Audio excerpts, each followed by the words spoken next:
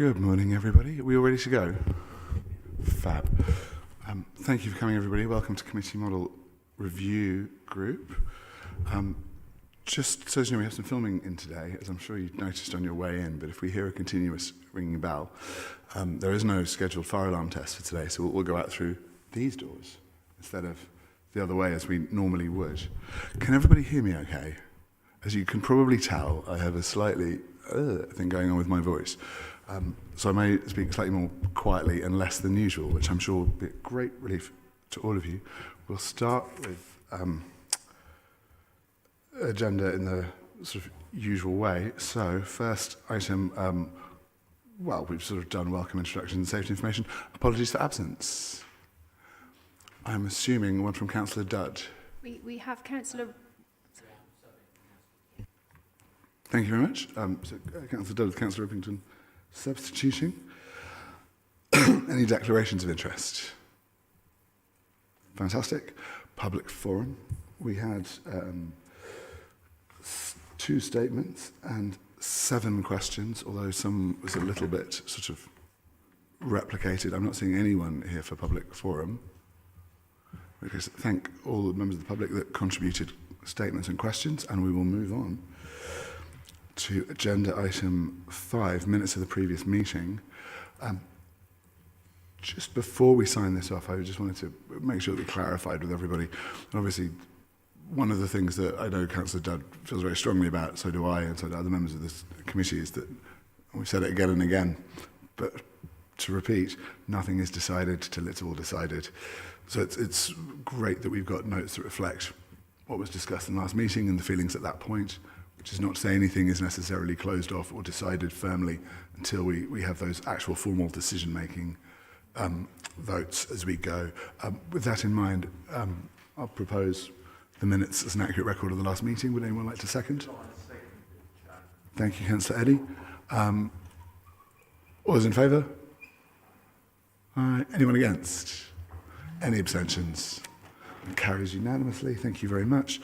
We'll move on to an item that's carried over from a previous meeting, which is leadership roles and responsibilities.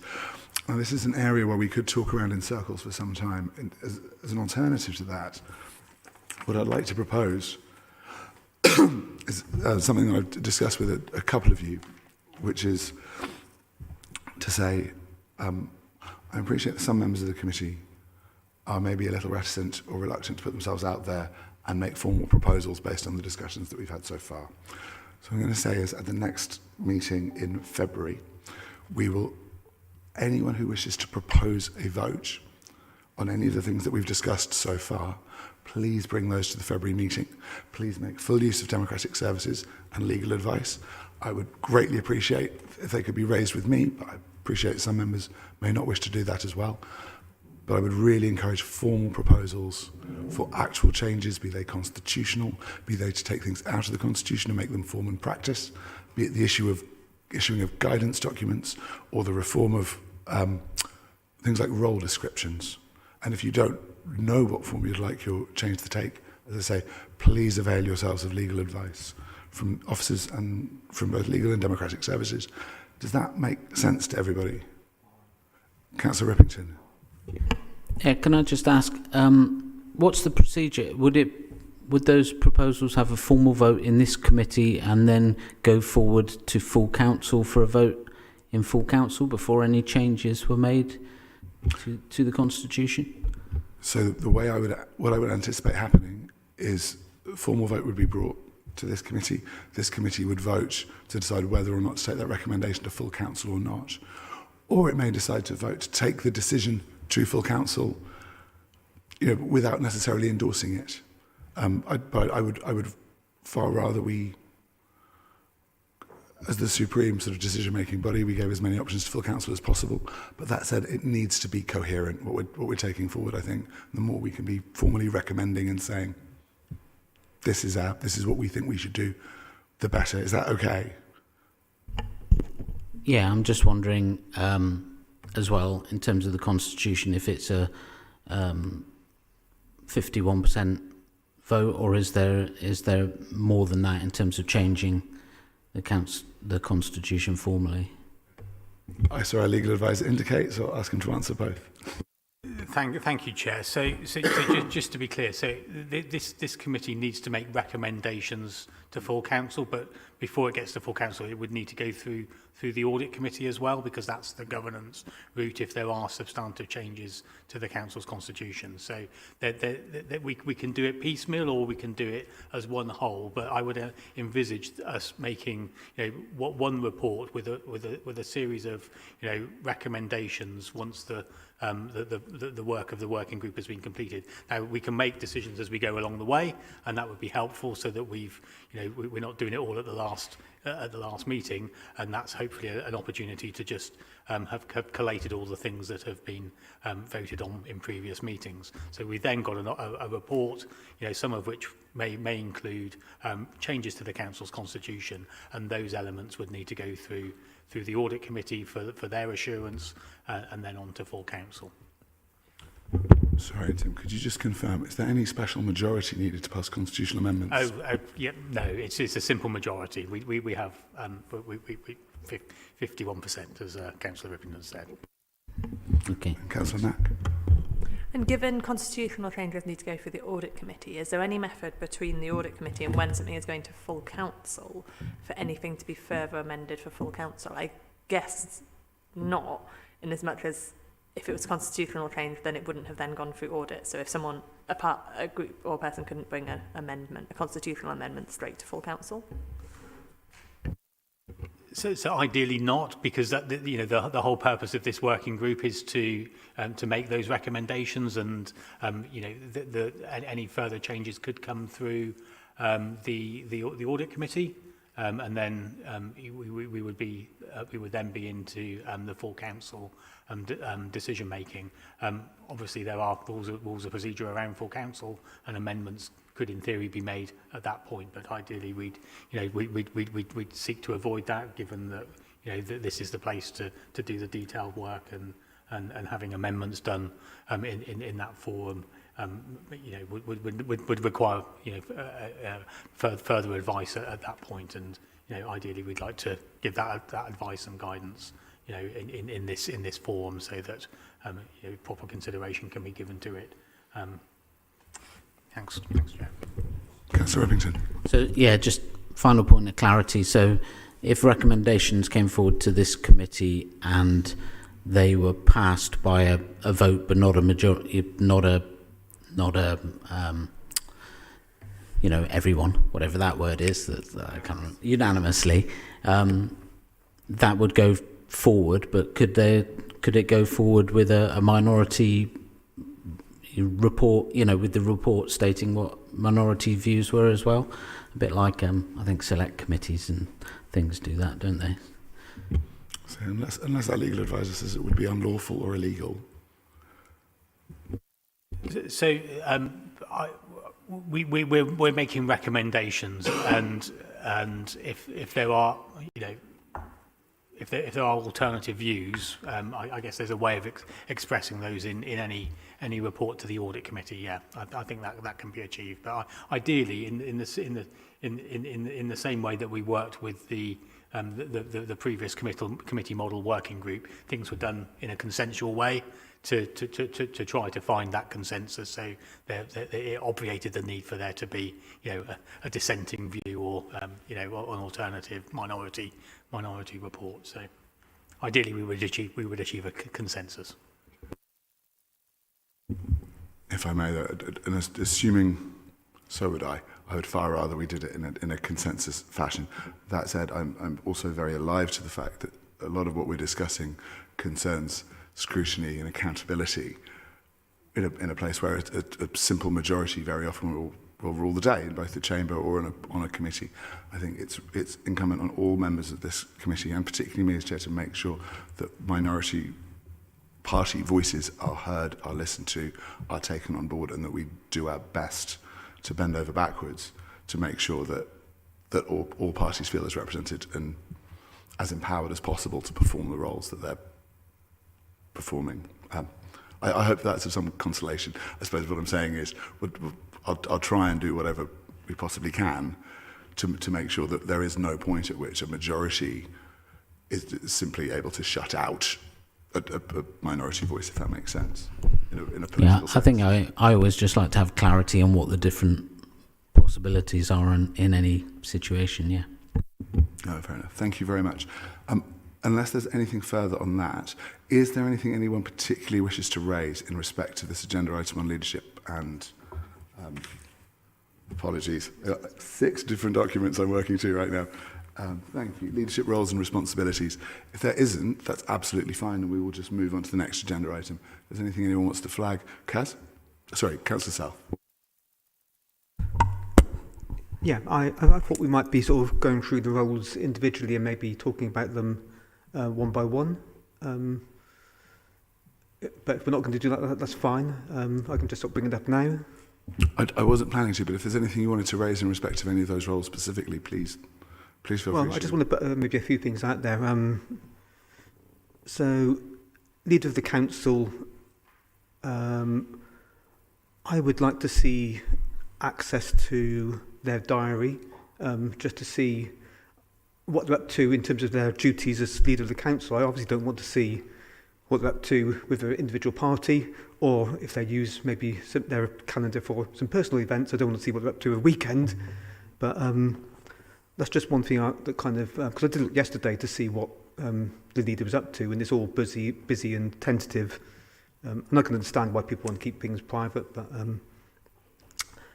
another thing that came to mind is the length of time that a leader stays in position for. Is there any kind of minimum time, or would the expectation be that they are in post for the entire 4 years?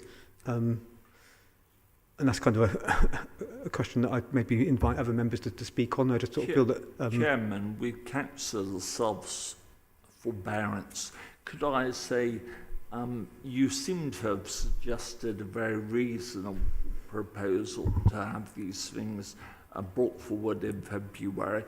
Is it worthwhile, Councillor South, sending you an email?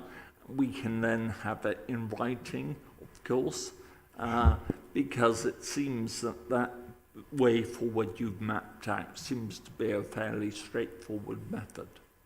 Thank you, Councillor Eddy. I'm happy to leave it to Councillor South's discretion if there's more that you'd like to raise verbally in the meeting, so that the committee's aware of them. That's fine. What I would say is I'm not going to allow this bit of the meeting to extend past 10:30. What I wouldn't want to do is to get into a situation where we raise several things that will come back in February as proposals, but that then every other member of the committee feels they need to speak for or against to register their voice as well. So if there's a little more, that'd be absolutely fine.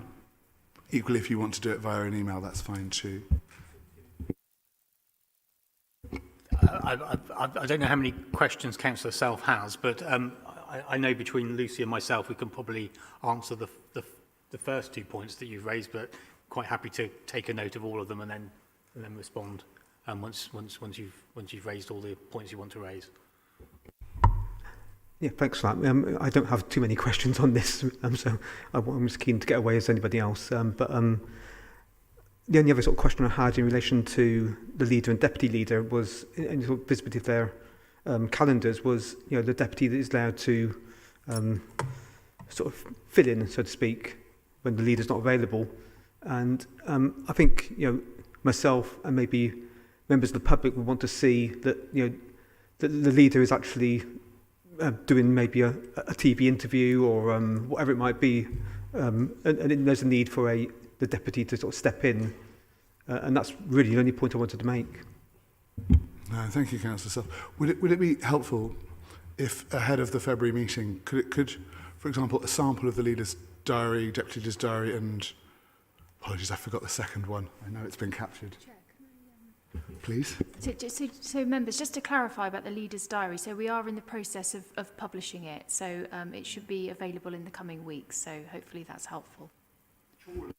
Suggest actually that should be available before the February, so Council South, if he says actually deficiencies, she can raise that there.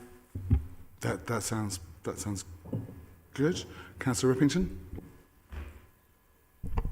Yeah, so apologies. Obviously, I'm subbing, so I wasn't here at the last meeting.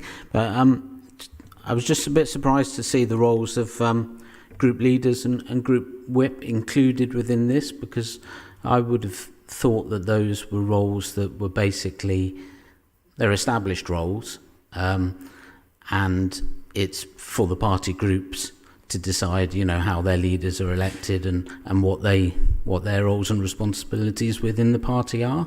So I wasn't quite sure why they're included within this particular paper, but I wasn't here for the discussion, obviously. Apologies. I now have indications from councillors Mack, Breyer, and from our legal advisor. I'm going to come to our legal advisor and then hopefully see if that deals with the other two inquiries. Tim. Thank you, Chair. So just to pick up the point that Councillor Rippington has made, they're included for completeness, really, to ensure that there's transparency around all the roles. They're part of the same part of the Constitution. I understand the point you're making, which I agree with. It's whether there was any further clarity that was required in respect of, you know, what those roles do is the principal reason why they're in there. And then just coming back to the question that Councillor Self asked in respect of the term of office of the leader.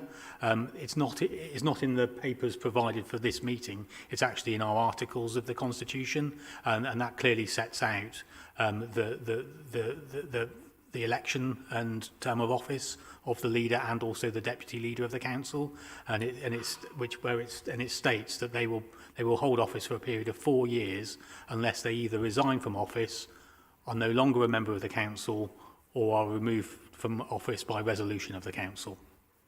So those are the parameters that sit around the term of office of the leader and the deputy leader. So as we say, that very much reflects the current status quo, and as you said, an awful lot was established before that has continued into committee model. Part of the very nature of this group is to look at all of that in the round and say, with the changes brought in with the committee model, are all of those relationships and ways of doing things still the best way? Councillor Breyer, then Councillor Mack. Yeah, I just wanted to also just acknowledge that the way that different groups use the group leader role and the group whip role, they do differ. You know, they're not exactly the same for all of us. So it's just, I think that would be a valid reason as well. And the second thing, I suppose, is that for both of those roles, I have a level of scepticism about how, particularly around the functions of full council, around how things get onto agendas for that meeting.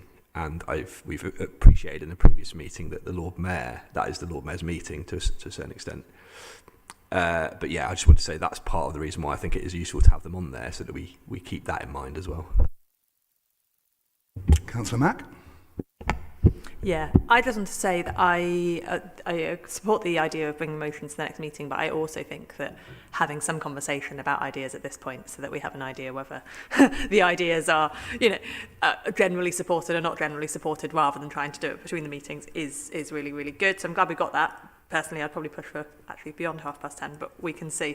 I really wanted to touch on deputy leader role and transparency and what I do, because I watched back the last meeting. I know it came up a few times, so I do want to talk about that and share that. And I sort of wrote a few notes. First of all, I would say that the role's quite big, which, I'm sure that everyone's aware of. I actually worked out, I'd done a 40-hour week by 9:30. I was home at 10 p.m. last night, and by that point I'd done a 40-hour week up till Wednesday last night. So in any other job, I can have the rest of the week off. Generally, me and Tony split things, me and the leader, split things to an extent, and part of what we do is supporting different policy areas. So I actually support econ, and skills, environment, sustainability, transport, and another one. Have I forgotten? Public health and communities. So there's a bit of just keeping things joined up there and sometimes being the escalation on those areas. I also do take a bit of a lead on comms, and you're talking about press coverage. I guess quite often we're strategic on that. I have a very specific passion for recycling, so there is a reason why I have taken the brunt or the bulk of a lot of that press coverage. I do quite a lot of the sort of strategic work between committee chairs when we have away days, and how we work together as a team.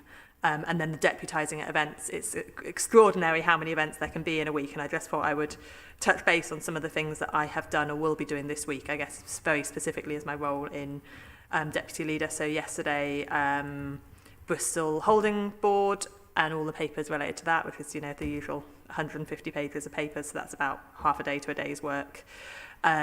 City Funds meeting on Tuesday evening. I represented the council at an LGA event in London, so that's 2.5 hours at the event and 6 hours of travelling, which I'm not sure I'm totally thrilled about. Last night we had a corporate strategy listening event, so an event where feeding into our development of corporate strategy, where members of the public come and give their views and their feedback. That's just a bit of a taster of some of the big events. And then on Friday, I'm subbing at WECA. So again, that's 5 hours of meetings and probably 5 to 10 hours of prepping in terms of the decisions coming up and the papers and everything. So just to give you an idea of what a week looks like in terms of the hours that I'm doing in my role as deputy and how that gets split. We actually had a public forum answer about publishing calendars. So as Lucy said, we are publishing Tony's calendar. I don't actually have specific support staff. I manage things myself, and therefore you have to look at the fact that it does take to work out what should be published, what shouldn't be published, what explanation would be needed. I've got 2 meetings today that's just the name of the person that I'm talking to. That would make no sense to anyone. Would I need to explain that before it could be published? I don't get support in any of that. So there's a question of, do we want to get extra officer support in order to publish that? At the moment, we are the same level of transparency as the previous administration, which I guess was our goal on publishing the leaders' calendar. Thanks. Thanks, Councillor Mack. I'll come to Councillor Eddy, then Councillor Self. Can I thank the deputy for outlining of an element or the substance of her role, of course. I know how substantial it is, and she's given an indication of that. Can I suggest, Heather, if you're going to work on Friday, we ought to offer you counselling afterwards.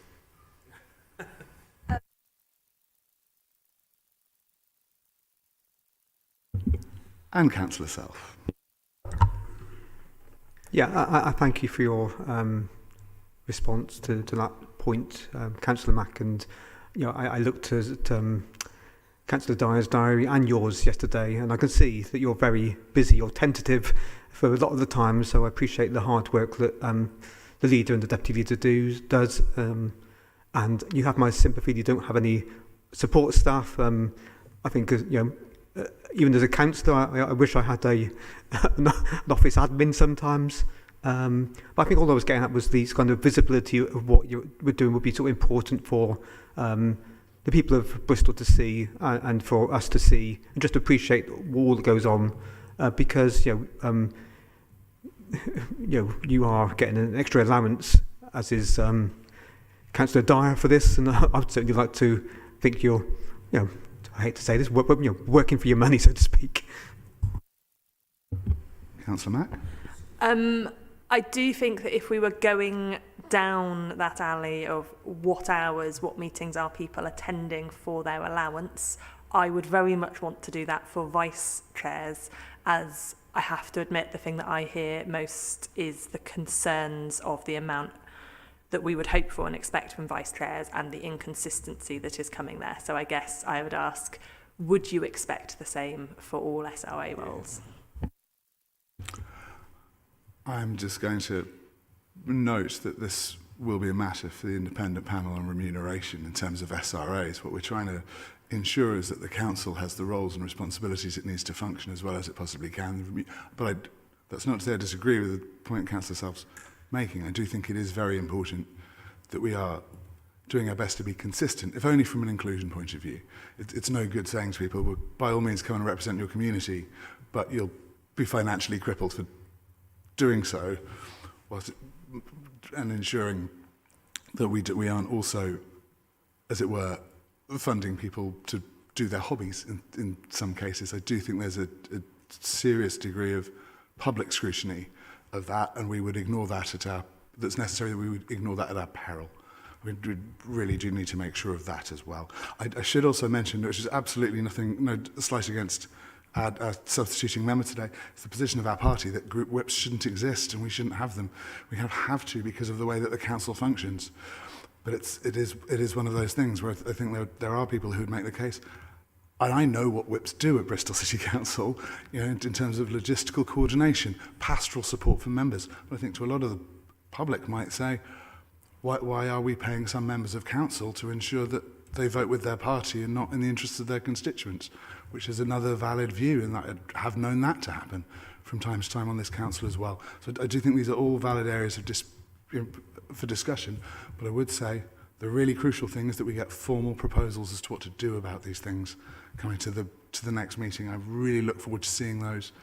More than happy to help anyone develop them as we move along. I'll go to Councillor Self, Councillor Remington, then I'll bring this one to an end. Yes, on the whip's role, you know, I think you raised very good points there, and there is a difference between different political parties. But I've got to say, my chief whip does a very good job, but we also need to I want to put on public, you know, this pastoral role they have for their members. I think it's really important that they act as a person that people like myself can speak to in that role, and in the all the different parties, political parties as well. Just coming back to Councillor Mack's point, I think what for me is it's the kind of value for money aspect in terms of the SRAs. You know, I'm more than happy to make public all my meetings in Southmead if people want. But I think for me, I take it for granted that councillors are working in their wards, and for me, it's just making sure that all the roles are sort of good value for money and having that kind of accountability to the public. Thank you, Councillor. And Councillor Rippington. Yeah, thanks. I'll be quick. Just on the role of the vice chairs, I read Alderman Stevens' public forum statement, and to be fair, I think he hits the nail on the head there in terms of political direction as opposed to sort of administrative role of the vice chair. So I gather we're not going to have debates on that now, but I would draw everybody's attention to that particular statement. I'm not sure about his solutions. On the other hand, I'm not proposing that, but thanks. I should say as well, I always enjoy seeing public forum come in from former Councillor Stevens. I should also mention his thoughts are available from fine bookshops everywhere as well now. He has thought about this an awful lot, and I do think for someone who came in very much from a sort of community activist perspective, it came in from Bristol Tree Forum and sat as a councillor, I think possibly for a little longer than he wished to. But as a snapshot of this place, I think what he has to say was very, very valid. I'm glad to see him re-engaging. Thank you, Clive. At which point I will say let's move on to the substantive business for today, which is decision pathway for policy committees. Now, I'll ask Tim to introduce the report first. Thank you, Chair. So this is the principal item of business today. The report provides an overview of the council's decision pathway, starting rightly with the threshold for decisions through policy committees, which is the £500,000 financial threshold, or the significant impact on two or more wards, which is our key decisions threshold, and which we've embedded in our rules of procedure, and was a carry forward from the previous model of governance. And that in itself requires us to publish forward plans for our policy committees at least 4 weeks prior to those decisions being taken. And we've put a lot of work in the last 6 months or so to enable that to happen and to provide greater transparency around the items that are coming forward to policy committees, and members will have participated in those 2 program setting workshops that we've had as well, which has really flushed out items for the forward plans. So, you know, whether any further changes are needed to those arrangements will be for the review group to consider.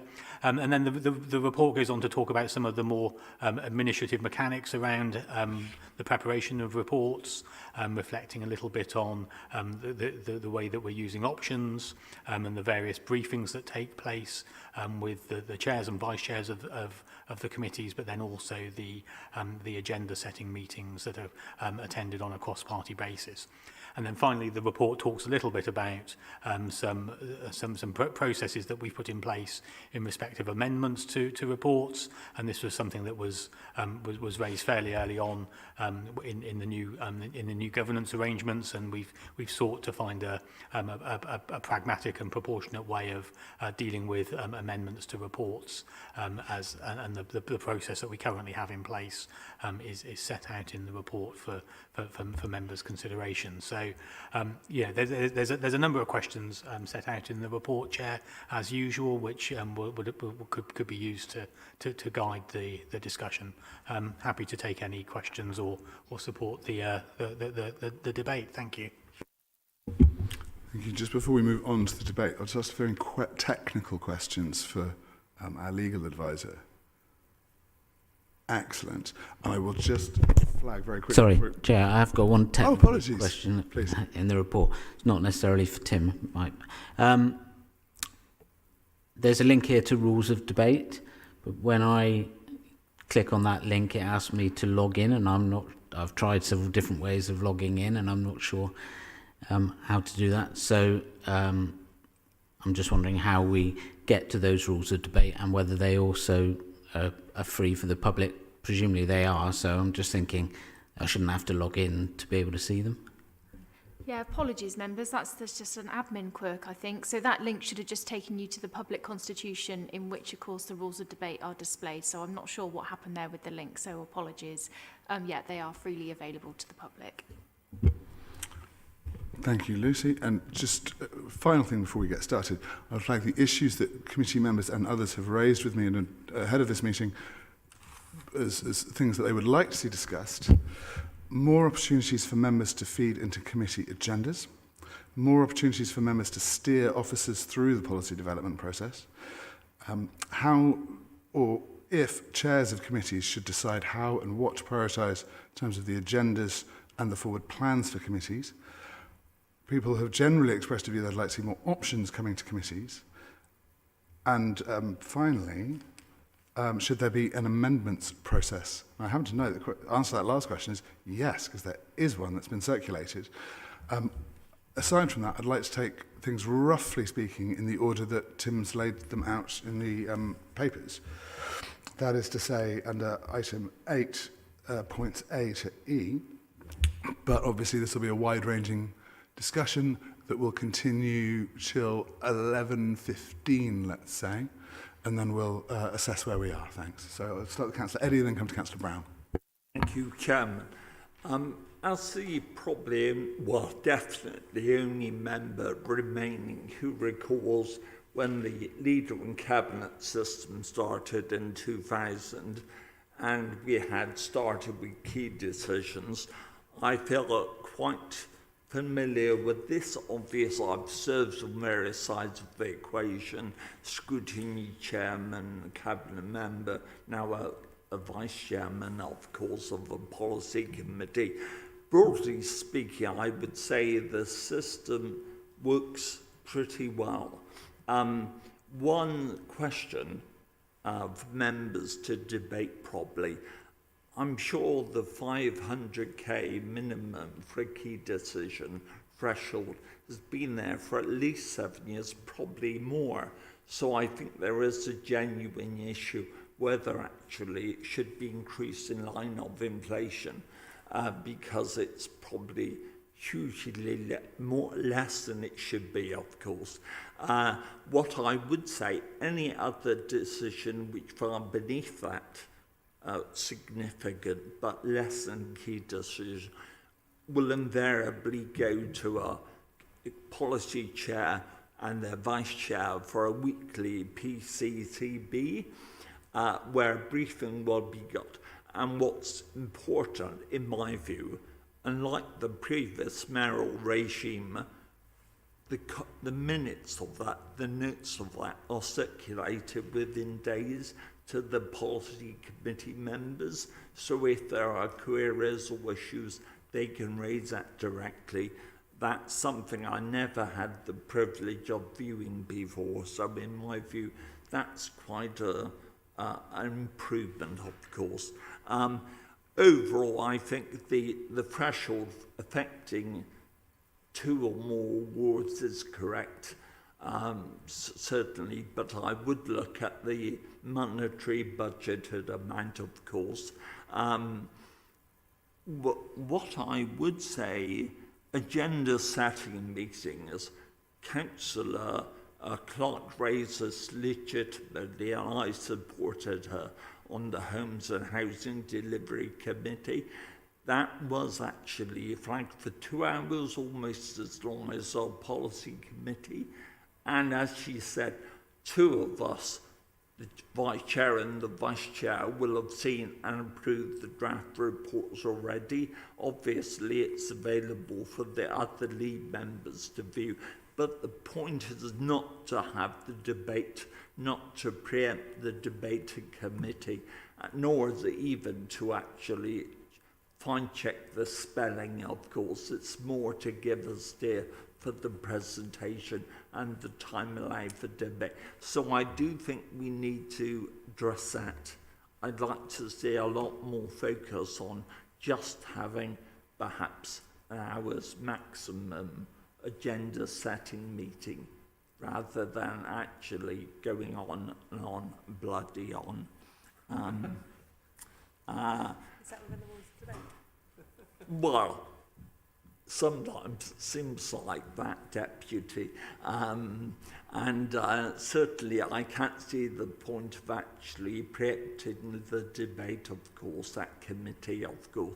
So broadly, I would say I'm happy with that. I would want to, it's more transparent, the decision task pathway than, in my view, it ever has been. I look at the budgeted minimum amount, possibly increase that. I'm not sure what the figure is, 600k, 650 or 700 or so. We'll leave that to officers perhaps. I just make a plea for rather more concerted and focused agenda setting meetings. That sounds quite reasonable. I think we may even have the wording of the constitutional amendment there. I'll move on to Councillor Brown, then Rippington, then Breyer.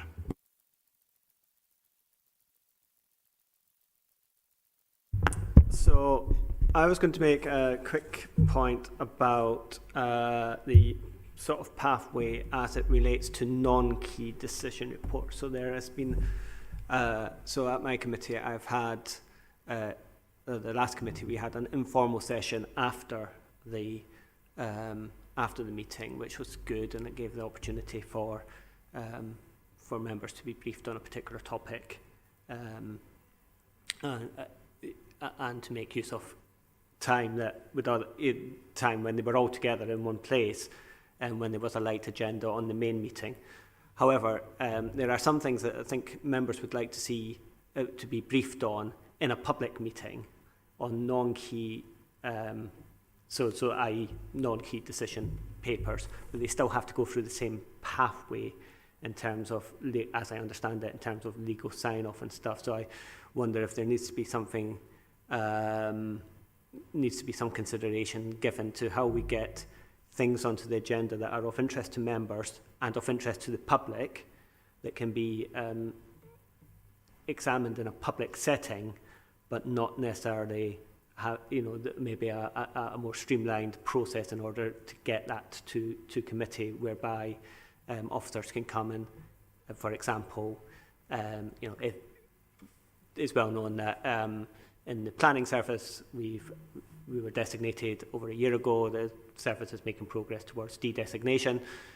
We've had public briefings on that in committee. We'd like an update public briefing on that, but maybe not putting the same onus on officers to go through the various hoops that would normally go through, that papers would normally go through in order to get to that stage of a public briefing. Thank you, Councillor Brown. I think it was Breyer then Rippington, or Rippington then Breyer? Rippington then Breyer, please. Okay, thanks. My two thoughts, my computer's just frozen. Can you go first? Because then I get my computer back. I'll go. I can go first. On the format of papers, which I think is point 2 in the questions you've got there, this has been something that I've raised quite regularly at various meetings. I've had 2 meetings this month with a total of 2,450 pages to read in the papers of those two meetings, and it's in our constitution that we are obliged to read and understand all the papers put before us as part of our job role. That's clearly not possible. It's just not possible sometimes. But one of the things we talked about at the Transport Committee in terms of the papers coming to the latest committee meeting is those papers included 2 business cases. So you've got a wad of papers 1,000 pages long, and you know, half of that's taken up with business cases. So we immediately agreed that those ought to be published separately as something that you can go to and immediately look through that and try and pick out what you need to from that. So I think there is definitely something to be looked at across the committees about the way that things are included in papers, to make sure that what we see initially is what we really need to know in order to understand what we're looking at, what decisions we're being expected to make, and then the detail, some of the, you know, the vast detail that some of these things have, can then be published separately within the agenda and linked to, perhaps, so that you can go from a summary directly to a document and back if you need to. But it's we need to look at the way that it's made more user friendly, really, for people, because clearly, you know, the way it is at the moment, I don't think it works for a lot of people. I concur. Could I just, by way of a brief suggestion, how would you feel if it were added to one of the responsibilities of committee chair to ensure that the agendas and associated reports were presented in a fashion that was, say, accessible and inclusive as far as possible, accepting that my legal advisor was about to tell me that sometimes detailed technical information needs to be there, I'm sure, in order to ensure robust decision making, but... So Chair, I don't disagree with the points that have been made. I think the responsibility has to sit with the officer who's preparing the report, and ultimately the accountability for that sits with the relevant director or executive director in whose name that report is going. So I would discourage you from saying that it's the chair's responsibility, because actually technically it's the report author, which is the relevant senior officer who should ultimately be signing that report off. Thank you very much. Well, let's explore ways of taking that forward. Councillor Breyer. Thanks, Chair. Yeah, sorry about that. I couldn't get my computer to work. So I have a couple of specific points about in agenda item 8 about C and E. So C, about the arrangements for chair and vice chair briefings. This is just to share an experience so far, which is that on the Transport Committee we do receive pretty detailed minutes and notes around what the chair's briefing has, what's happened in it. And that's really helpful. I've had information come through that I wasn't aware of, and that's been useful to me. But I'm aware that not all of the policy committees are following that same pattern. So I think one of my concerns is to make that as much more robust and more, you know, absolutely consistent across the committee, so that everyone has the same access to those minutes and notes, or however you put them. So that's the thing I'd say about C. On E, is the approach being taken to amendments to policy committee reports operating effectively, and should the procedure be set out in the council's constitution? I do think something like that should be set out in the council's constitution, because if we're using the committee model system, it's going to be really need to be really clear about how these processes work, and I think it only serves not just us as the councillors, but the wider public to understand the processes that we're using. I think, as others have said already today, the amendment process is a bit more settled now. It wasn't great to start with, of course. It was hard to navigate, and I think now, if we've got a settled process for that, it should come into the council's constitution so that people are aware of that more broadly. I think it's a fine point. I'll defer to the legal advisor before coming to Councillor Eddy and then Councillor Rippington. Thank you, Chair. It was just on the point around the minutes from the policy chairs briefings. Lucy may want to just confirm the position on that. Yeah, thanks for the positive feedback about the transport ones. We'll take that back and make sure there's a bit more consistency in approach. I think it's just simply a matter of, different officers adopting a slightly different style. So we'll have a look at that. Thanks. Could I just come in on that as well? Sorry.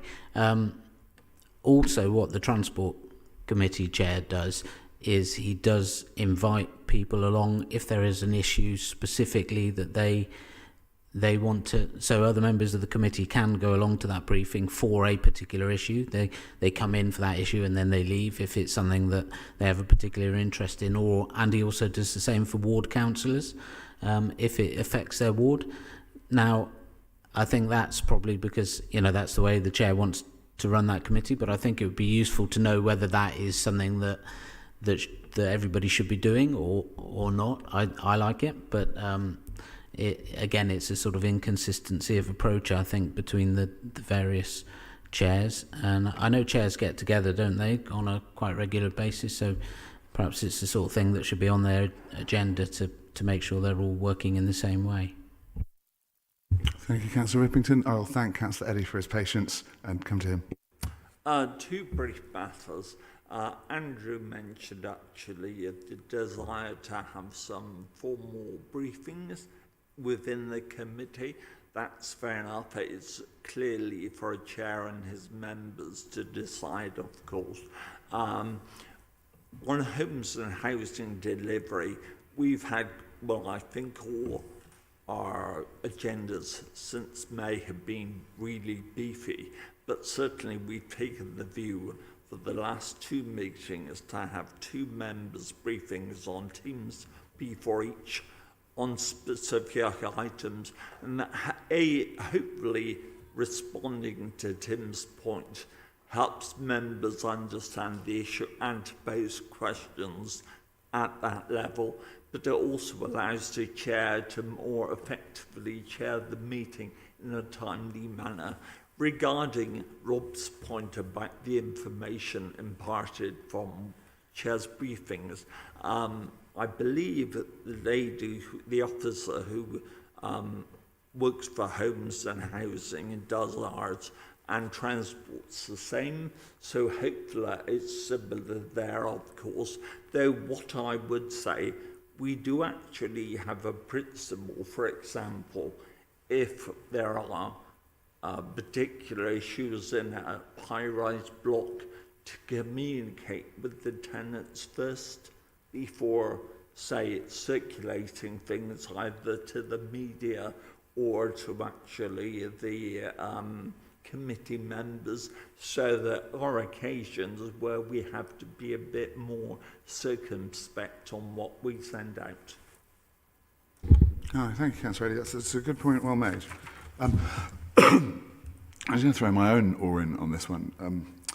I just before I say any more, I remind members that the Nolan principles are now embedded in the Code of Conduct and have been for some time, one of which is the commitment to transparency. And I do have some sympathy with this idea that diaries should be published, if only so that members of the public are able to see what is proposed for those briefings ahead of time. That would be, I think, a perfectly reasonable thing for the public to expect, that committee chairs, vice chairs, committees in general would be able to look at such a document and go, so-and-so is meeting with so-and-so for that period of time to talk about whatever it might be, however brief, but just so that that information is there. I have to admit, I also think the minutes should be published of those, unless, as Councillor Eddy says, there is a lawful reason for doing so. That is to say, it would infringe on the privacy of someone else, a group of tenants that are being discussed, or whatever it might be. But equally, housing issue with officer whoever it might be, I think is a perfectly reasonable thing to flag in advance, and then to note any steers that have been given to officers subsequently. I can sort of envision arguments against that, based on, well, there's a lawful reason not to, in which case there can be a perfectly legitimate exception. But I do, coming to Councillor Bryan's point, I think there is a key difference. It's very easy to talk about the generalities of good practice around this. It's a case of, do we think there should be a constitutional requirement that it happen? Let's say it's great that it happens when when we feel like it, but can we say, well, we don't feel like doing it for this one because it's a bit sticky, it's a bit difficult. And I'm increasingly coming to the view that I do think it does need to be constitutionalised, it does need to be required. At that point, I saw Councillor Rippington indicate. Yeah, just to come back on that, I think the worry from my point of view would be that there needs to be an environment somewhere where officers can bring forward a whole range of proposals, some of which may be very politically unpopular, or things that may actually cause people to have concerns that never get anywhere near to actually happening. But officers have a kind of obligation to bring forward a whole range of possibilities, and then political decisions are made about which ones go ahead and which ones don't. But I wonder whether it would stop officers from doing some of the things that they ought to be doing, bring forward some of those proposals, because they know that if they're in the public forum, that they might get very adverse reactions from them. I can see Andrew nodding. I don't know if he's... I'll come to Councillor Brown, Councillor Mack.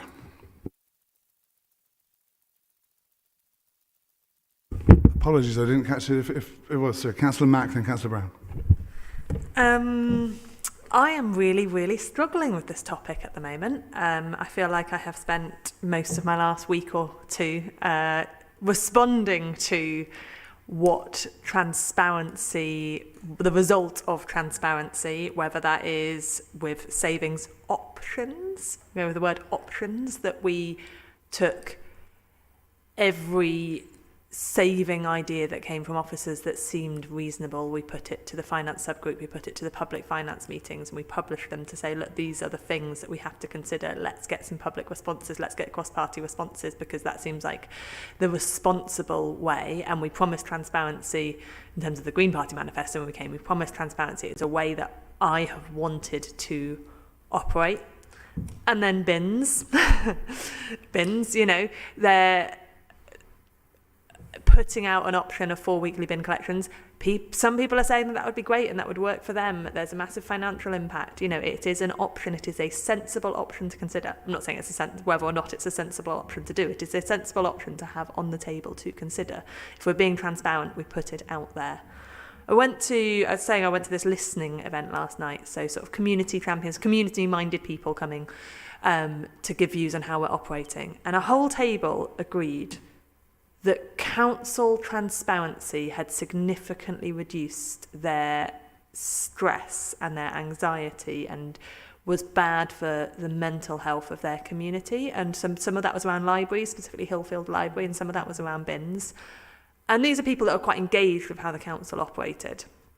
And they said the back and the forth and that they were really they talked about the benefits of transparency, and they were discuss, they were very informed and understood it, and the whole table agreed that they didn't think that at the moment it was a way that was operating that was helpful for them. I'm driving for it. I hope that we can change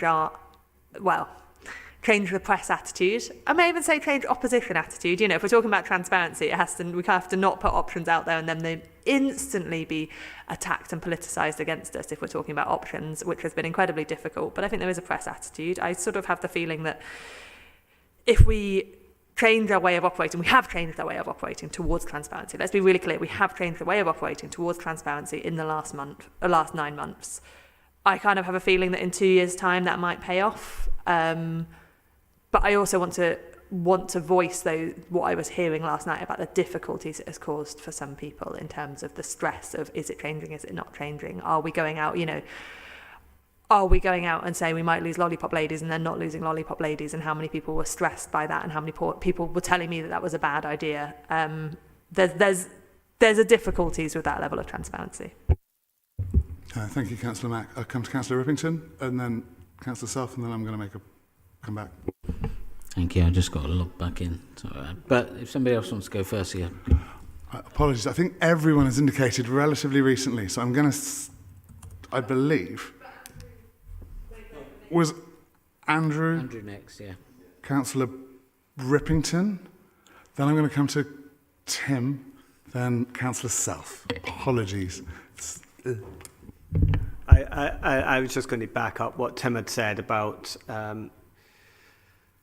the risks of, if you're talking about making public what's on the agenda for the weekly chairs briefings, there are two potential consequences of that. One is that you will stymie what gets discussed and debated within council, within those briefings, and there will be less information then going to members of those committees, because what would potentially happen is that anything that is politically sensitive, contentious, commercially sensitive would be shifted into other briefings, and there would be less transparency as a result of that. So I think, the current system is such that we have quite, we deal with, economically sensitive, politically sensitive stuff in those meetings. They get minuted and get circulated to members of the committee as part of the day-to-day work of the council and as part of preparation of papers for committees.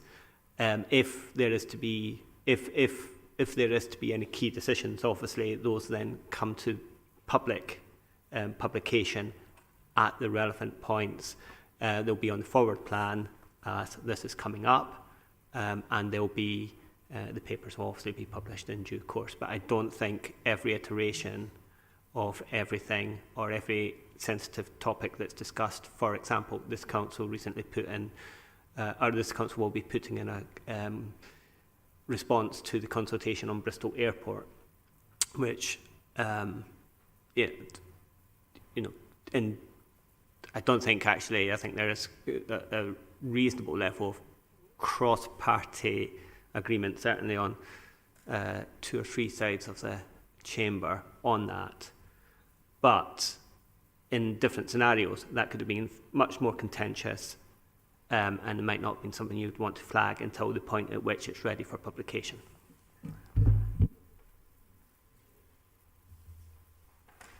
Councillor Rippington next, and then I'll come to a legal advisor. If anybody else wants to make a point on this, because my next point is on something else, so I don't know if anybody else. Thank you, Councillor Rippington. Tim. Thank you, Chair. So I just wanted to clarify a couple of points around this particular topic, because a number of the points that have been raised I agree with. That there needs to be a safe space where officers are able to brief members. That's the principle of is derived from various places, but it enables the effective conduct of public affairs, and that's a well-established principle, and it's a valid exemption under the Freedom of Information legislation as well, and it's one that is often relied upon and would certainly bite around the briefings that we're talking about here. So I just wanted to make that point, absolutely clear, because if I was ever asked or received a Freedom of Information request relating to a policy chair's briefing, I would be relying upon that exemption, which I would have to sign off personally to say that it's exempt. But what I also recognise is that there is a need for us to be transparent, and we have done an awful lot of work around the forward plans in particular, and the way that those are published, and the ways in which information is shared with councillors more widely in terms of some of those more confidential briefings. But there is a legal regime that sits around public access to information, and that's all set out in our constitution, in our access to information procedure rules, and members of the public public are also able to rely on the general thrust of our of the information rights in Freedom of Information Act, environmental information regulations to access information that the council has. We also need to do a bit more of a push around the routine publication of information, which is something that we do, but there's always room for improvement to achieve the points that Councillor Mack was making around greater transparency and what we do as a council. So I just wanted to make some of those technical points just to be clear around some of those principles. Thank you, Chair. Thank you, Tim. We'll come to Councillor Self next on this point. There were a few things on this agenda item. First of all, I wanted to get back on Tim's point earlier on about the length of reports. Apologies. Did you have anything on this specific? No. Thank you. Okay. Councillor Breyer, was your point on this specific? Oh, fine. Done. In which case, I will come back very briefly before we come back to Councillor Rippington, which was to say I would wish to be really, really clear. I appreciate there may be some things that need to be exempt, and that absolutely should be signed off. I do think there is an argument to be made around the selectiveness of transparency. For what it's worth, I really weighed up whether I was going to mention this or not, but I do think it's worth saying. I did a little desktop exercise around this week for one reason or another. There is no party in this chamber that has not at some point accused another party of proposing cutting a service and then saving it themselves. Every party on this council has at some point said, you proposed cutting this and now you're saving it. Every party in this council has both done that and made the criticism of it at some point or another. Every party on this council has at some point said, no decision has been made on this because no formal decision had been made. Whilst a steer had been going on and on and on and on towards an outcome that was clearly being driven internally before it was revealed to the public that a strong view, let's say, had been reached. And I do think some of the issues that Councillor Mack raised in terms of the way that the public can feel it is unpleasant to think that you're going to face the loss of a local bus service or a local library or something people value. I don't think people's well-being is well served by keeping those things from them. I do think this is a really important debate, and I do genuinely, I've been cabinet member, committee chair and a backbencher, and I do genuinely recognise that there are two sides to this debate, but I do think it is a debate that must be had, and this seems like the best opportunity to have it. I look forward to proposals coming forward. At which point we'll carry on to Councillor Self. Yeah, thanks, Chair. I was going to make a few sort of general and brief points on this agenda item, but I wanted to come back on the point that Tim was making about the length of reports. As I'm also on the Transport Committee, and I think he has a valid point. But I do want to say, Tim, that sometimes it's nice to have the detail of certain items, whether it be consultants' reports, contained in the whole report, because it's easier to find. So if we are to make a change, I just want maybe for us to think about making sure it's easy for people to refer back and find information. For example, there's lots of stuff on the A4018, A37 corridor, very detailed reports, and I always want to be able to find those as easy as I can. I also wanted to comment on the work programme setting workshops, forward plans. Somebody who's fairly new to this. I think the first one went completely over my head. Second one, I kind of then appreciated what we were trying to do.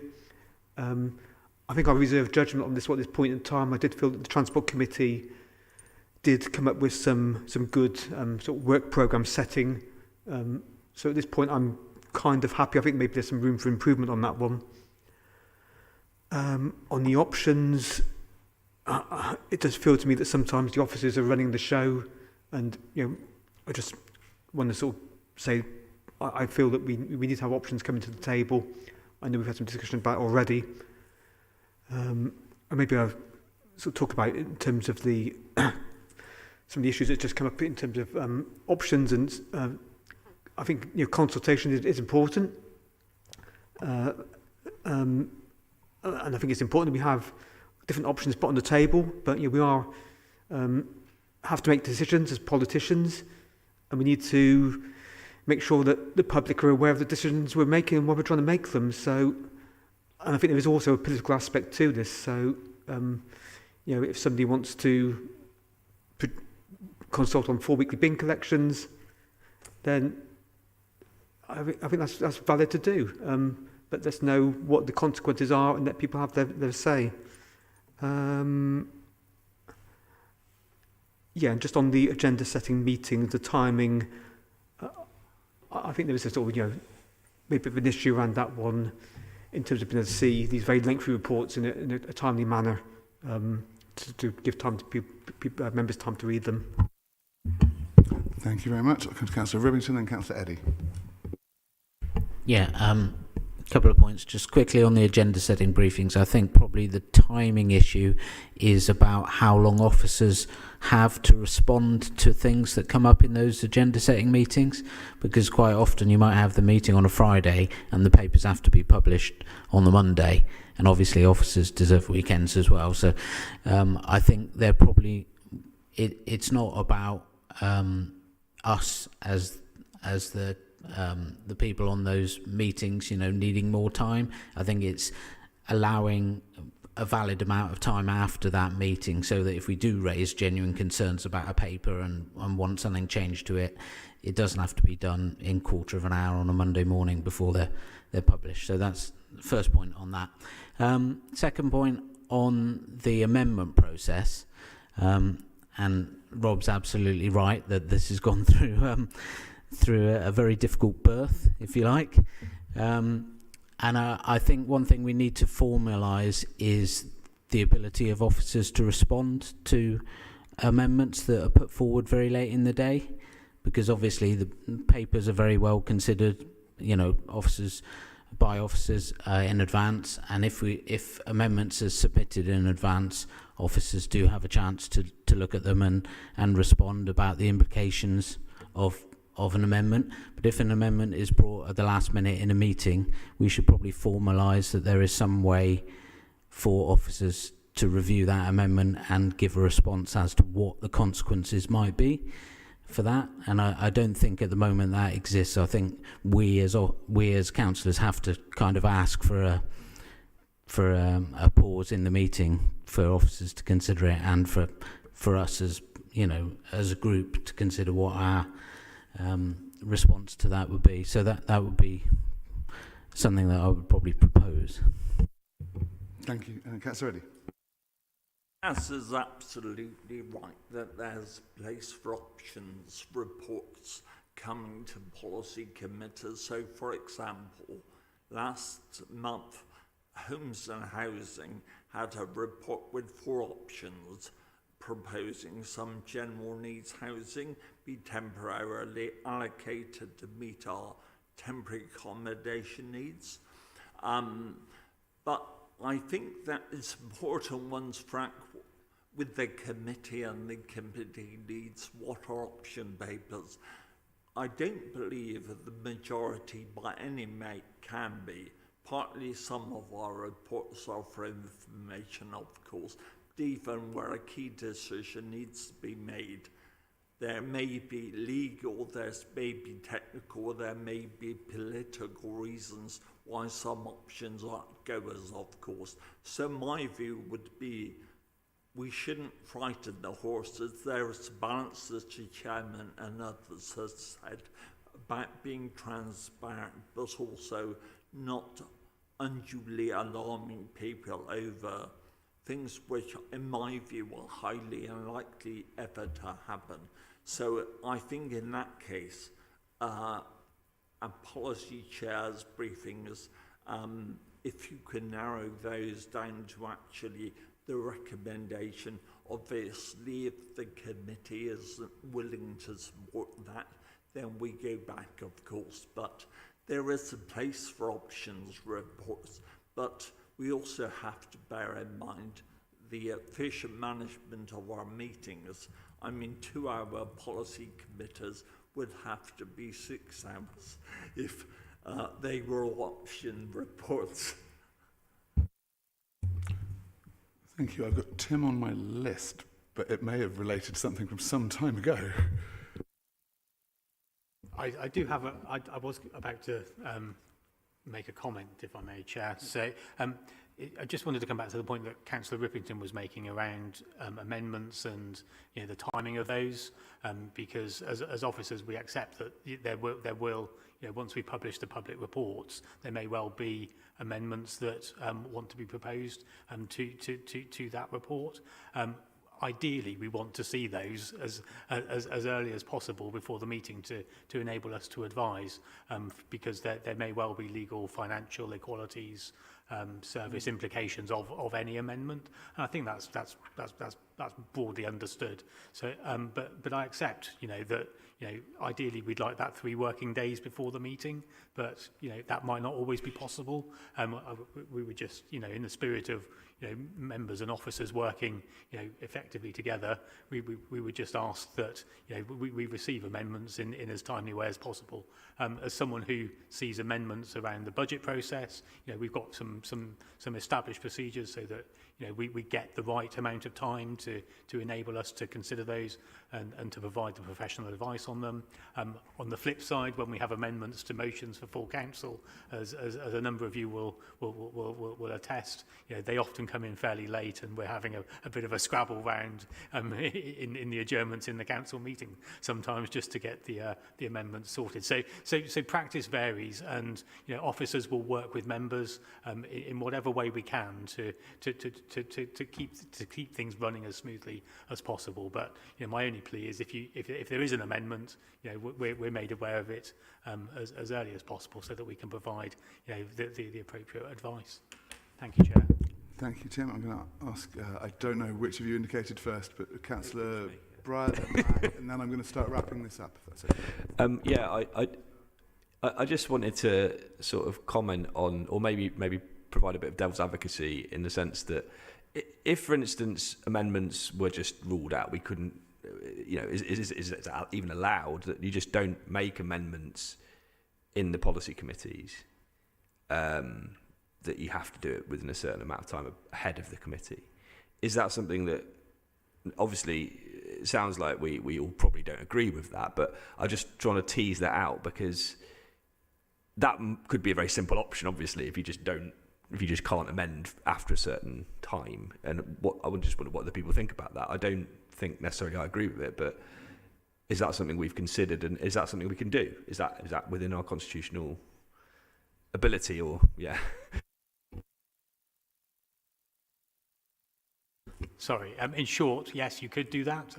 That would be something we would need to write into our constitution, though. But I dare say there isn't the widespread support for that.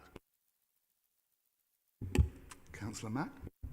Yeah, I would be against that. I think sometimes I have amended Tony's recommendations reports to SNR twice. I think I got the first amendment in there of this system, in fact.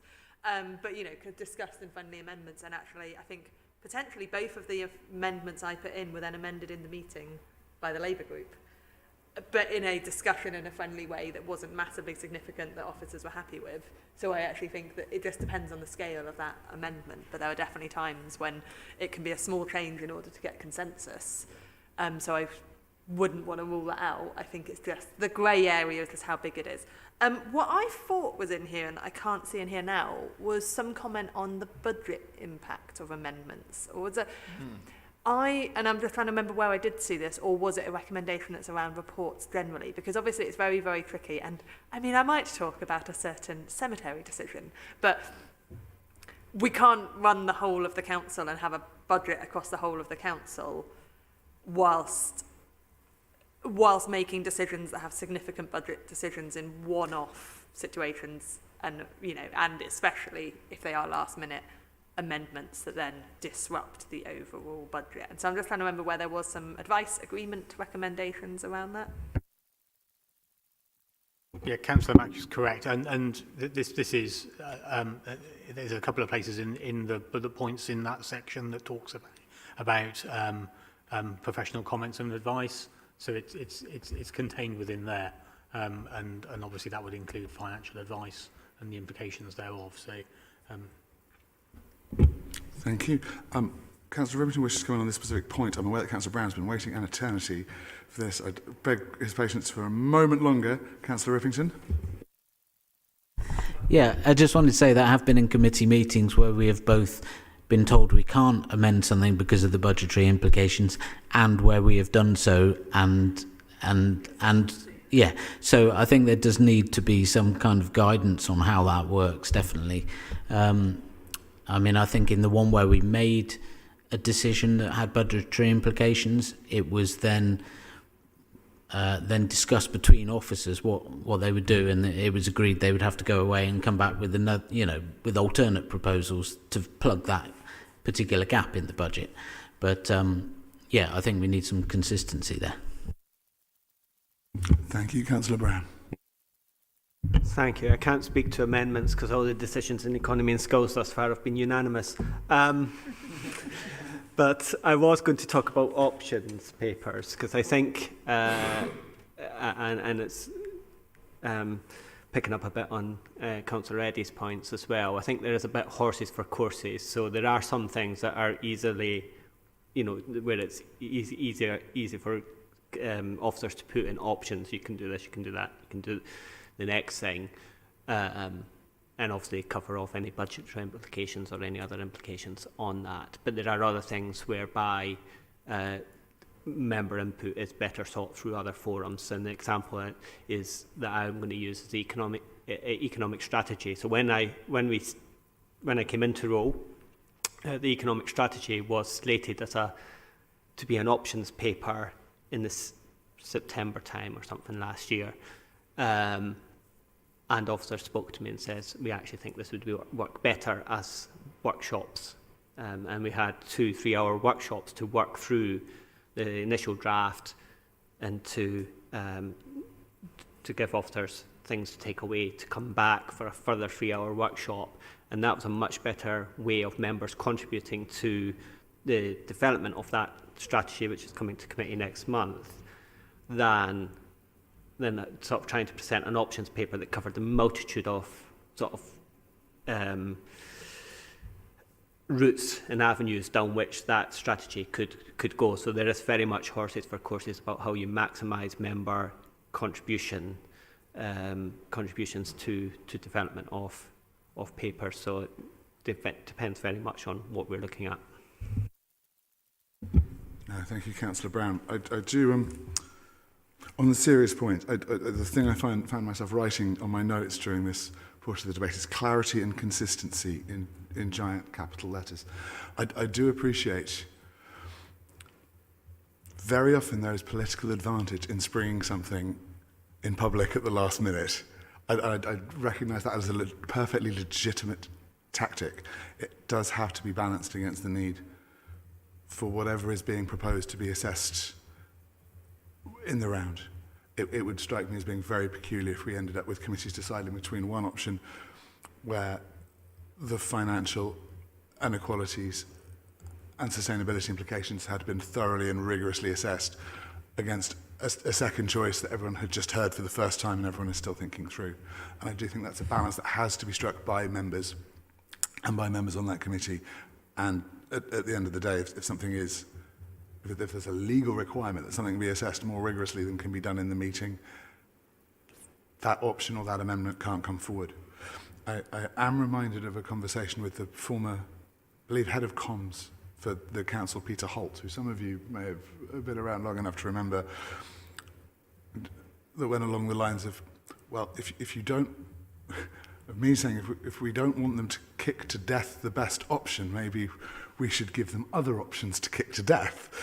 And because there's a very real possibility that they may choose the lesser option, and the idea of asking officers to make a recommendation but to also garnish it with less desirable options also maybe A, not the best forward from a decision-making point of view, and B, horribly disingenuous. I think if we are going to increase the number of options available to committees, then suggestions for those options, again, have to come from members. And that has to be done in a way that's as politically... It's for the political groups, it's for members to make those decisions. I think constitutionalising it, all we can do is say there has to be clarity. This is how much time it will take to assess the equalities of implications of something. This is how much time it will take to assess the financial implications of something, making sure that there is absolute clarity and consistency of what is permissible and not. And then the remaining judgments need to be made by members and by committees. I hope that's my view. Obviously, you'll all get to vote on it as we go along. I will come to Councillor Mack, but I also do want to start working through those A to E options. I'm going to do what I always have a habit of doing, and that you've said something very subtly, and I'm now going to say it really pointedly, just to make it really, really clear. I was involved because of the financial impacts. It was a briefing on transport parking options that I was invited to be part of, and the Labour group in that meeting said that they were not prepared to give views or steers or ideas of what options that they would want in the paper, because that's not how they wanted to operate before it came to a group. So at the same time as saying, there's behaviour that needs to come behind the recommendations that we are making. I want there to be options. Going back to transparency, going back to talking about different bin collection options, I want options to be put out to the public, and for those options to represent views from different parties so that they can be discussed and debated publicly. But if our vice chairs and the wider membership of our committees are not prepared to engage and suggest and put forward options, we can't have options. So I'm just urging that let's not just say we're going to do a thing, let's follow that up with the behaviour that is necessary for that. Thank you, Councillor Mack. I will give someone from the opposite bench the right of reply, just in fairness. And then I'm moving to A to E. So please ask no one say anything at least slanderous. Thank you. Yeah, very briefly, always welcome to see options, but I reserve the right to call them complete nonsense if I want to. And frankly, let's end on a wonderful note of consensus that there is an absolute obligation on us all to say when we think something is nonsense. At which point I'll come to the recommendations I'm going to start throwing out there based on the conversations that we've had. So, and I should say, this falls into the same pattern as I mentioned earlier, as in I will ask for formal proposals to come to the next meeting. I know I've started formulating a few in my head, but I would encourage others to do so as well. In terms of the preparations for forward plans, I think there is consensus, generally speaking, that the sort of roundtable discussions of all the committees doing it on a 6-monthly basis is not enough. Like whether you like that process or not, it's not enough on its own. Please. Sorry, you've just talked about this being the same process. Are you formulating, from this, we've had a fair bit of discussion, are you formulating proposals that will be worked up and presented to the next meeting, or are you still suggesting that the next meeting will have motions and proposals put forward by other members? I'm saying I will be formulating some proposals to come to the next meeting based on both what I think I've heard here today and my own views, and I would encourage all members of this committee to do the same. In other words, if there's something you particularly care about, please bring it. Well, I think it would be sad if we ended up with, say, 5 very similar options all coming under different sponsors. So I encourage you all to talk to each other, talk to me. And as I say, please do make use of officers in formulating your proposals.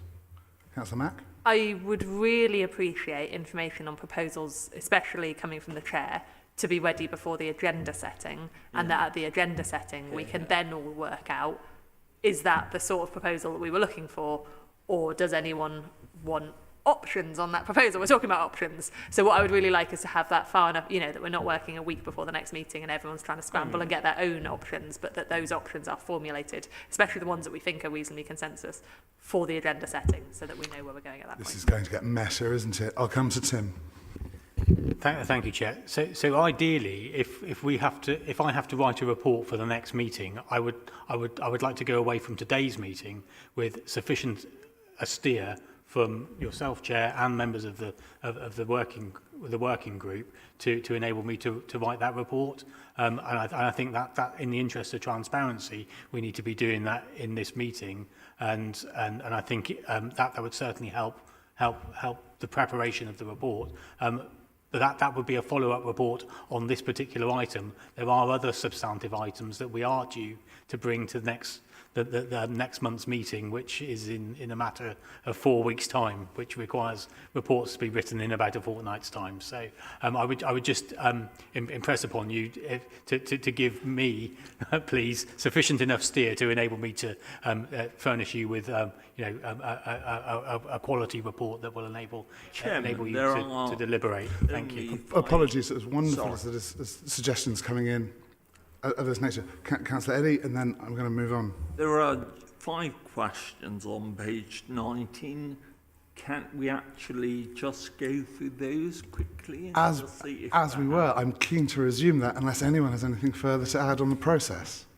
Fabulous.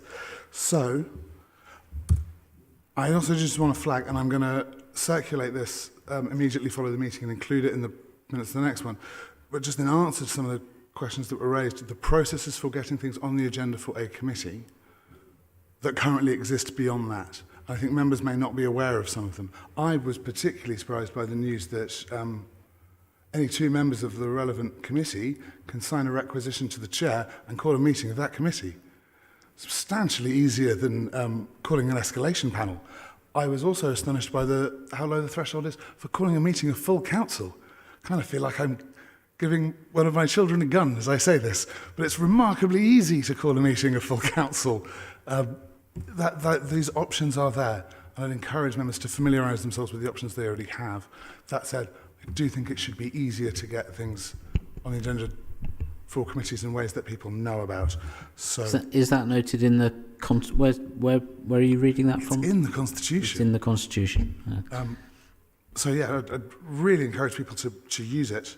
In terms of other options for getting things on forward plans, formal resolutions of committees, and of course there are ways that you can ask for something to be added to the agenda through chairs committees briefings and the agenda setting meeting and everything else. If there are proposals for further ways of doing it, I for one would like to see full council be able to say this must go on the agenda for this committee.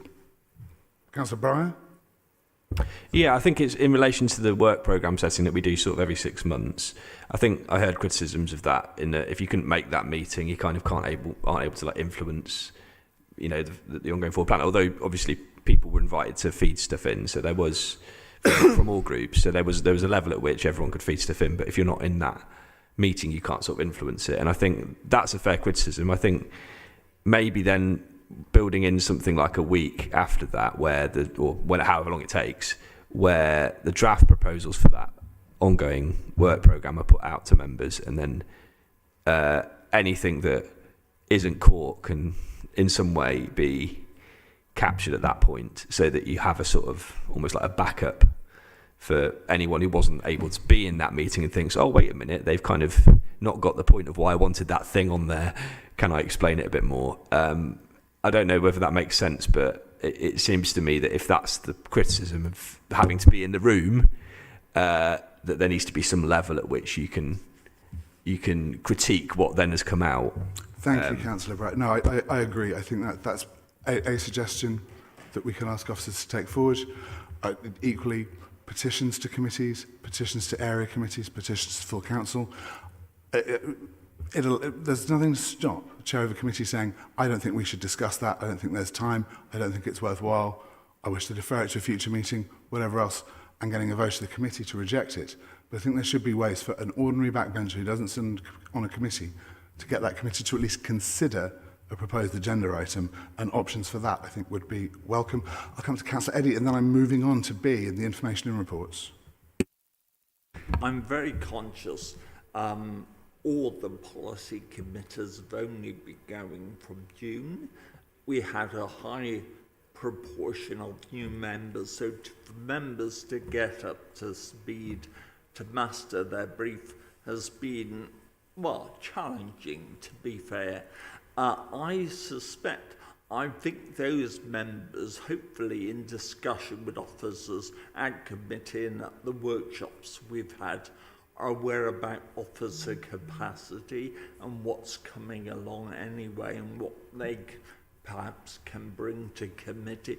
I'd be exceedingly worried about extending the requirement or the opportunity for full council bodies outside the policy committee to actually hijack their agenda and put things on.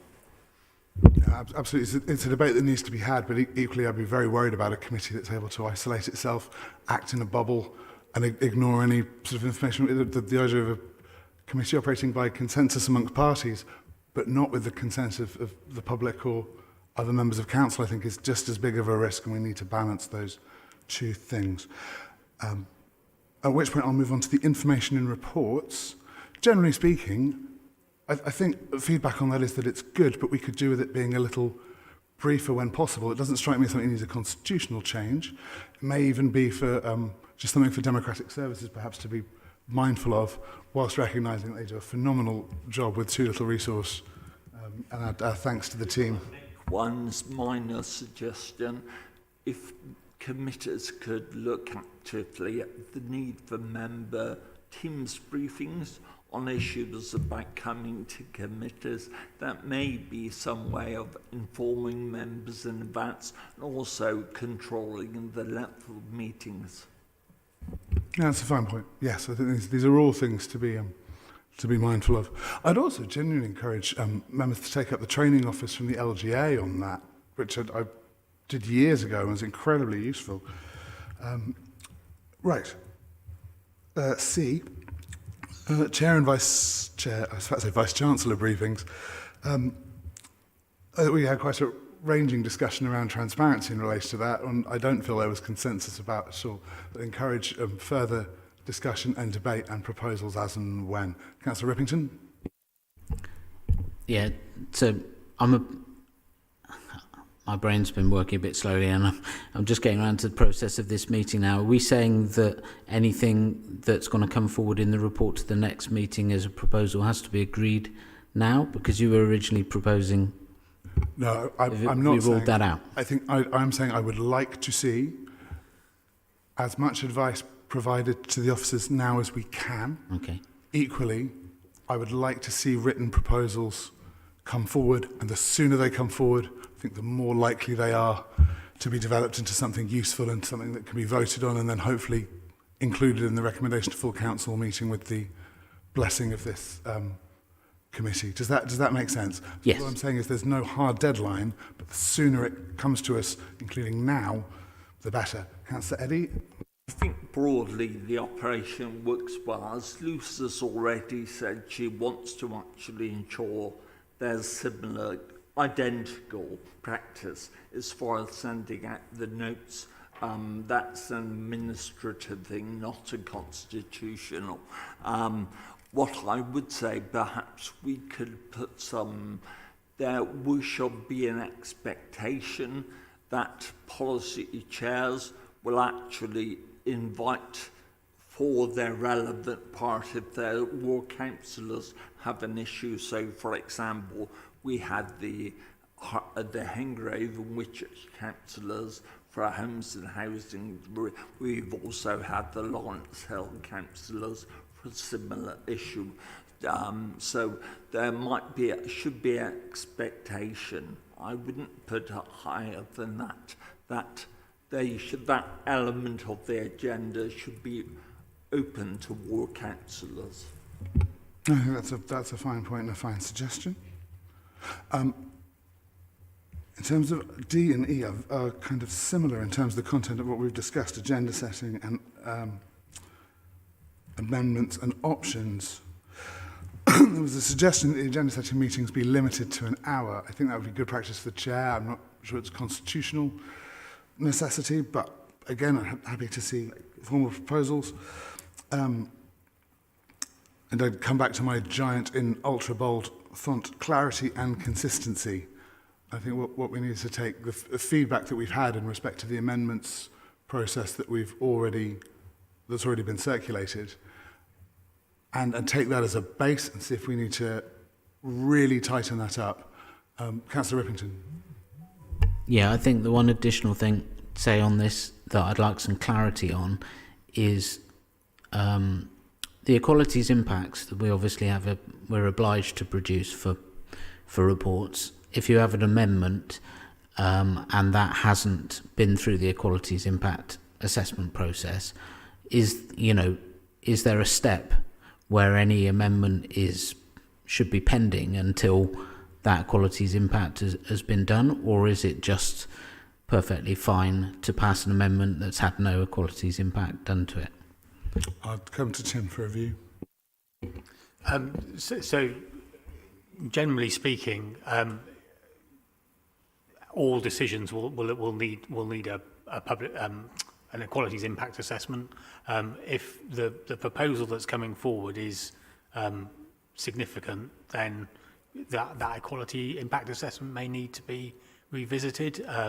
It's hard to give a definitive position on that, but the position that we've articulated in the guidance around amendments is professional comments would probably need to be updated, and that covers legal, financial, equalities, service implications of any amendment. So I think the starting point really has to be, it might need to be, but on a case-by-case basis, it might not be required, but it would depend what it is.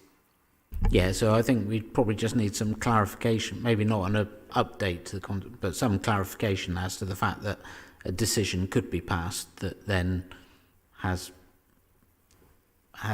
implications that people didn't know about when they passed it in the meeting. I was going to say, just for clarity, and I don't think I'm speaking out of turn here, the suggested processes that were circulated prior to this meeting even taking place, I believe came with a note that said, depending on the outcome of the committee model working group, this is what we will attempt to constitutionalise if it works in accordance with sort of good practice and once we've seen it in operation. So I'd encourage members to think about it in that context. Come to Tim and then Councillor Reddy. Yes, so just to be clear, so if an amendment comes forward and it requires financial, legal, equality, whatever sort of advice is required, and that can't be given before the meeting, then it's not going to be possible to consider that amendment, and further, that would need to go away to have the further advice. Now, ideally, we would want to work in a way, and get the amendment early enough to enable us to provide that advice. But if it is complex and it does require revisiting, an equality impact assessment, they take weeks, not days, generally to produce. So, I just want to make that point that So, in a meeting, if an amendment was brought forward in a meeting, who would make the decision on whether or not it needs a new equalities impact assessment? Because that's quite crucial to this, I think. Do you mean if it was made in the meeting? Which has happened, on numerous occasions in this system. So you will have, Chair, if I may, you will have like the chief officer that manages that service area, and I would hope and expect that the executive director or the director or the relevant officers that have worked on and produced that report and advised are sufficiently aware of the wider implications of the report and what an amendment might mean, and will be able to give the meeting that advice as to whether or not actually this will require further analysis and professional comments before a decision can be taken. And I think that's important generally in terms of any decision that we take, because I refer you back to our principles of decision making in Article 14, which covers off taking professional advice and when making decisions. So I think it's just important to get to get that clear in terms of the process. So thank you. I think that's a very good answer. I will add a little bit of commentary of my own if that's okay, which is to say what you may be. When an amendment comes forward, it can be incredibly politically contentious. And it could be incredibly politically contentious by design. The stakes would be high, And it would be done in full view of the public, at which point we would be asking an apolitical officer to make a clear decision on something that could be entirely subjective, and as a matter of policy to do so consistently across multiple contexts. And the law does allow for that. Is that desirable? I would strongly say to this committee, I don't think it is desirable. I think it is an area where we should impose consistency and clarity upon ourselves and say we will not put officers in that position. Amendments should be with us by this point. Options should be with us by this point. And then there's certainty, and everyone knows exactly where they are, as long as those deadlines are felt to be fair by all parties. That's going to be the real trick. But I think I would far rather we have a good debate as members and we come up with something that is fair to both administration such as it is and opposition such as it is, than put officers in the position of constantly being the buffer between those two forces. I do not think that's fair.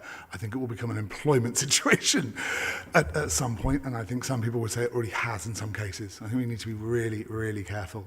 It's for us, I think, as a group to set that for the decision-making apparatus of the council as a whole. I've never been a civil servant or a council officer, but I have been a member of staff advising democratic decision-making bodies. I can tell you it is horrible when that happens.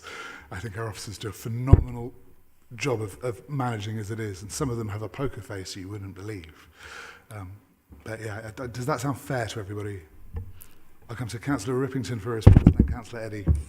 Yeah, I mean, I'm raising it for exactly that point, that I think there isn't clarity over how that works at the moment, and I think it can put people in very difficult positions, and we could end up making decisions that we haven't had impact analysis for.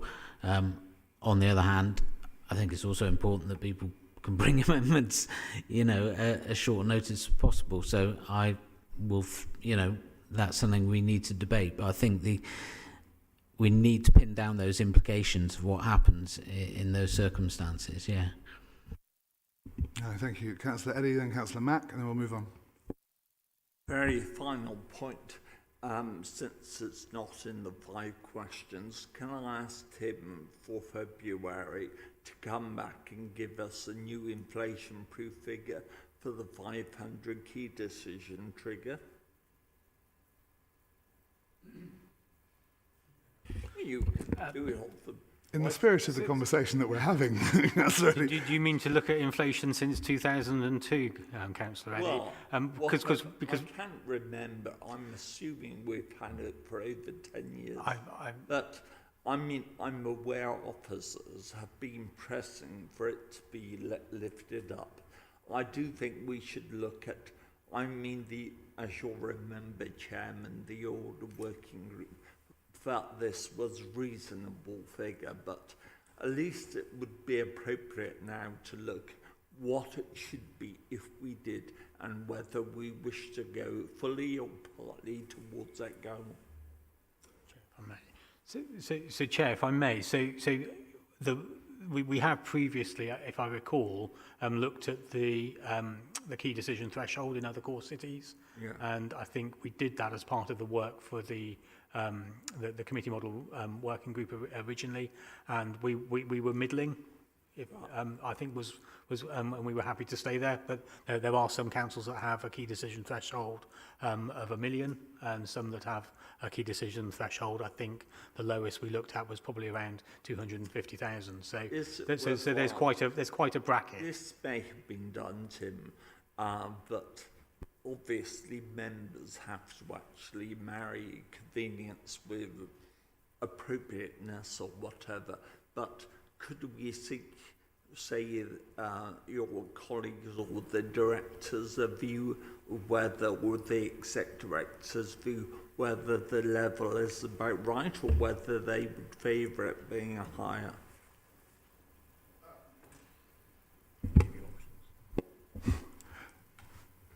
We'll come back with options. What I would say is I think inflation, such as it is, given the last time that we reviewed this, unless inflation has adjusted the number substantially, my inclination would be to keep it roughly where it is. I think it would be a bit weird if until we see. There will be options. Thank you, Councillor Eddy. Councillor Brown. I would say if we're going to be looking at this, I think we need to also be looking at the calling mechanisms, because I'm not sure those whether we need to just be clear about what the mechanisms are for committee members to call in decisions that happen below the threshold, especially if we looked at raising the threshold, which I'm not immediately in favour of, to be honest. But just I think clarity on the points about how those decisions, and because I think there's sort of different tiers, isn't there, in terms of calling mechanisms for between 250 and 500, I think. I'll end it like this. Thank you. I will take us back to the point we started from, which is to say we would welcome written proposals for changes. I was perfectly happy to allow Councillor Eddy to sort of form a proposal from the floor today and ask officers to provide a figure. Unless that figure is absolutely uncontentious, I'm going to go back to the things must come in writing, please. Chair, I've just gone on the Bank of England's website and they've got an inflation calculator. I've put in the figure of £500,000, December 2002, and what would that be in December 2024, and the figure is just over 900,000. I'm not going to allow us to have a key decision threshold of £909,643.26. I just think, if only for the sanity of our finance people and, frankly, audit committee as well. So it's something we may take forward. That brings me to the end of... Councillor Mack, I'm so sorry, indicated ages ago. I am taking a step back to amendments. I don't think it is that controversial or complex to see the things that, the things that I've said that have been changed in the meeting are a list of groups that were going to be invited to a working group, that there was some political contention about the length of the list, and we were clear that wasn't affecting the service. That was basically 2 political points, and we could amend that whichever way we wanted in the meeting, and that meant we had consensus, and that was really nice. I'm looking at Tim because you were there, I think.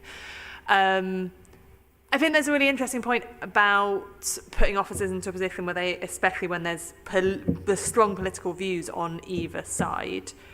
And I guess that there's that really crucial thing around, our code of conduct of how do we work with officers, how do officers advise us, make decisions whether in favour of the administration or not in favour of the administration. And I hope that we can have a healthy attitude where we can question, where we can, look in the detail and the background and the justification for decisions.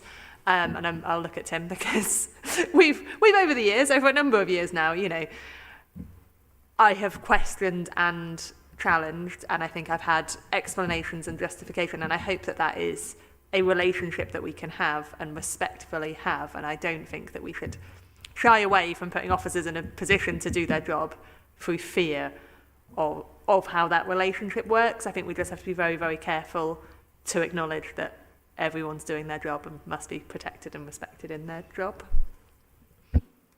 No, thank you. Councillor Mack, it's a good point to end on. Councillor Rippington? Yeah, I was just going to put a counterpoint to that in our first Transport Committee meeting, we had a from the floor amendment brought, which would have basically taken all of our transport business cases back a step, which would have meant we would never have spent any of the CRSTS money given to us. The implications of that would have been massive. They would have been, we were allowed to debate that amendment, and it was voted down. But it did come. There was there was nothing around it other than officers saying this would set us back too far. So that's where I'm coming from when I'm raising these issues, is that there can be major as well as minor things brought to the floor. Yeah. Councillor Mack? Okay. I will, in which case, come to Councillor Self very briefly. I just wanted to make one very brief point on amendments. As a new member, we've got the budget process coming up, and there seems to be a time frame, a time scale for sort of making amendments and going through the process. And obviously we've got much more time to do it, but I wonder if there's some kind of model there for policy committees to consider as well in terms of having a sort of time frame, if that's possible. I don't know if it is or not, but just wanted to put that out there. I cannot thank you enough for prompting the next agenda item, which is the forward plan for the committee, solely because I do think it's worth flagging now to members of the committee that so we have a meeting in February, where in addition to the proposals, my sincerest apologies, I may proposals for voting, the motions, whatever you want to call them, the formal written things I'm asking for, March meeting, not February. Is that clear? So it's because we're right at the end of January. I keep thinking that this is the next meeting along from the one that it is. So in February, we will be looking at policy development and task groups, membership, chairing and identification of topics for committees. The scrutiny process, we'll be looking at the escalation panel and its chairing and delegation to officers.